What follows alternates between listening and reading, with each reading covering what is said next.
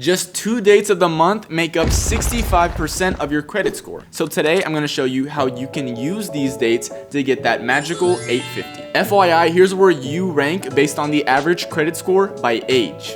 From 18 to 25 years old, the average score is 679. From 26 to 41 years old, the average score is 687. From 42 to 57 years old, the average score is 706. And from 58 to 76, the average score is 742.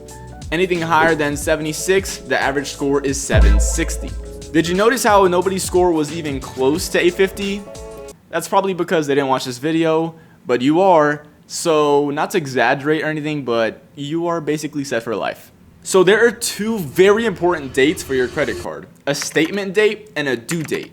A statement date is the last day of your billing cycle. For example, let's say you have a balance of $100. Your statement date takes a snapshot of your current balance. Then it will tell you you have to pay a small portion of this $100 about 3 weeks later. The day you have to pay the small portion of $100 is your due date. So to sum it up, the statement date will take a screenshot of the balance that you owe, and the due date is the minimum amount that you have to pay on that balance about 3 weeks later. These two dates are responsible for your revolving utilization and your missed payments, which are 2 of the 5 factors that make up your credit score.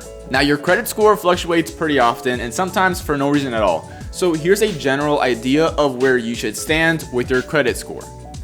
Anything below 579 is considered bad. From 580 to 669 is considered fair, and from 670 to 739 is considered good. From 740 to 799 is considered great, and anything above 800 is considered exceptional. Did you see how there was no section for 850? That's because anytime you have a score over 800, you're already considered the best of the best. So here are the 5 factors and how much of your credit score they impact. Your number of missed payments makes up 35% of your credit score. This is connected to your due date, while your revolving utilization is connected to your statement date. But let's talk about missed payments. Although I recommend paying off your balance in full whenever you can, missing a payment doesn't mean you didn't pay off everything you owe. So your credit card will give you a minimum amount you have to pay based on the amount you owe. If you don't pay the minimum amount by the day it tells you, that is considered a missed payment, which tacks on fees. Now please pay attention. The minimum amounts that you have to pay are usually pretty low. That's because they don't want it to seem like you have to pay off everything at once. Because on most cards, even if you paid the minimum amount, you will still be charged interest on everything that shows up on your statement balance. So for example, if my statement balance is on May 1st and it shows $200 and it says that I have to pay a minimum of $40, let's say 3 weeks later, I'm not just being charged interest on the $40 that I have to pay, I'm being charged interest on the entire $200 that showed up on my statement balance, even if my minimum balance is only the $40. So if you have an amount showing up on your statement balance, you will be charged interest on that until you pay it off in full. This is why you need to prioritize the 2 rules that I mentioned in my beginner's guide video, which is to only use your card for things you can afford to pay off now, and always make sure you're paying off your balance as soon as you can. Now, your revolving utilization makes up 30% of your credit score. Your institution checks your balance before it's due.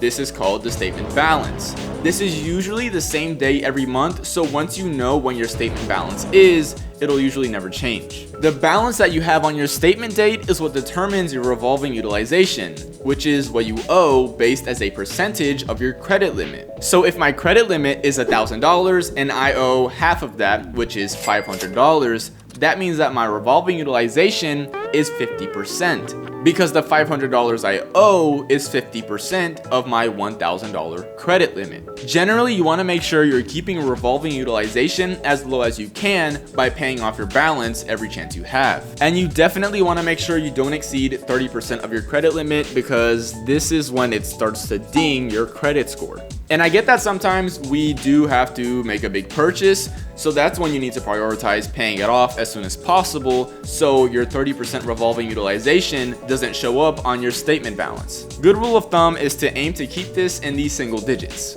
Now that we have a good understanding of how our statement date and due date impact our revolving utilization and our missed payments, let's discuss the 3 other components that make up our credit score. They're not as talked about, but still important. The length of your credit makes up 15% of your credit score. Part of this is based on the age of your oldest account.